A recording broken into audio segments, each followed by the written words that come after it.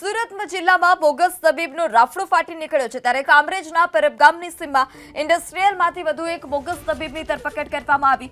સુરત ગ્રામ્ય પોલીસે અજીત કુમાર મહેતા નામના બોગસ તબીબને ઝડપી પાડ્યો। પોલીસ તપાસમાં આરોપી પાસેથી કોઈ યોગ્ય ડિગ્રી મળી ન હતી। આ સાથે જ પોલીસે બોગસ તબીબના ક્લિનિકમાંથી અલગ અલગ મેડિકલના સાધનો, દવા મળી કુલ 18,000થી વધુનો મુદ્દામાલ જપ્ત કર્યો છે।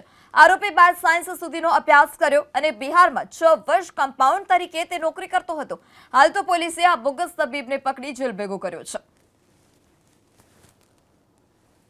સુરત શહેર સહિત જિલ્લાની અંદર બોગસ ડોક્ટરોનો છે તે રાફડો ફાટ્યો છે અને પોલીસ દ્વારા એક બાદ એક છે તે આ ડોક્ટરો વિરુદ્ધ કાર્યવાહી કરવામાં આવી રહી છે। ત્યારે સુરત જિલ્લા એસઓજી દ્વારા પણ ગઈકાલે કામરેજ તાલુકાનું પરબ ગામ જે છે તે જીઆઈડીસી વિસ્તારની અંદર છે તે એક આવા બોગસ તબીબને ઝડપી પાડ્યો છે। આ જે દ્રશ્યોમાં દેખાઈ રહ્યું છે તે એ બોગસ તબીબનું ક્લિનિક છે। મહાવીર ક્લિનિક નામે છે તે અહીં આ ડૉક્ટર છે તે પ્રેક્ટિસ કરી રહ્યો હતો। કોઈ પણ લાયસન્સ કે કોઈ પણ છે તે જરૂરી કાગળ વગર આ ડૉક્ટર છે તે અહીં પ્રેક્ટિસ કરી રહ્યો હતો અને નિર્દોષ લોકોના જીવન સાથે ચેડા કરી રહ્યો હતો। પોલીસ પૂછપરછમાં જાણવા મળ્યું હતું કે આ જે ડૉક્ટર છે તે ઔરંગાબાદની અંદર 12 ધોરણ સુધી સાયન્સની અંદર અભ્યાસ કર્યો છે અને 6 વર્ષ સુધી કમ્પાઉન્ડર તરીકે એક તબીબને ત્યાં નોકરી કરતો હતો અને ત્યારબાદ અહીં આવીને જીઆઈડીસી વિસ્તારની અંદર આવીને સીધા અહીં એણે છે તે ક્લિનિક ચાલુ કરી દીધું છે।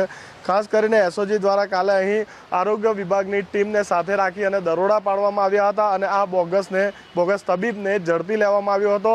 એના ક્લિનિકમાંથી 18,000થી વધુની દવા સહિતનો જથ્થો પણ સુરત જિલ્લા એસઓજીએ કબજો કર્યો છે। હાલ સમગ્ર બાબતે કામરેજ પોલીસ તપાસ કરી રહી છે। ઇન્દ્રમલ શાહ, એબીપી અસ્મિતા, સુરત। એસઓજી ટીમને એક ચોક્કસ માહિતી મળેલ, જે આધારે મેડિકલ ઓફિસરને સાથે રાખી પરબ ગામે જીઆઈડીસી ખાતે મહાવીર ક્લિનિક નામનું દવાખાનું અજીત કુમાર અખિલેશભાઈ મહેતા નાઓ ચલાવી રહેલ હોય અને જેઓ પાસે કોઈ ઓથેન્ટિક ડિગ્રી ન હોય ત્યાં રેડ કરતા સદર ઇસમ હાજર મળી આવેલ। તેઓની પૂછપરછ કરતા તેઓ 12 સાયન્સ ભણેલ હોય અને ઔરંગાબાદ ખાતે કોઈ ડૉક્ટરને ત્યાં કમ્પાઉન્ડર તરીકે નોકરી કરતા હોય। તેઓની પાસે કોઈ ઓથેન્ટિક ડિગ્રી ન હોય તેઓ વિરુદ્ધ કામરેજ પોલીસ સ્ટેશન ખાતે ગુનો દાખલ કરવામાં આવેલ છે અને કુલ 18,188નો મુદ્દામાલ કબજે કરવામાં આવેલ છે।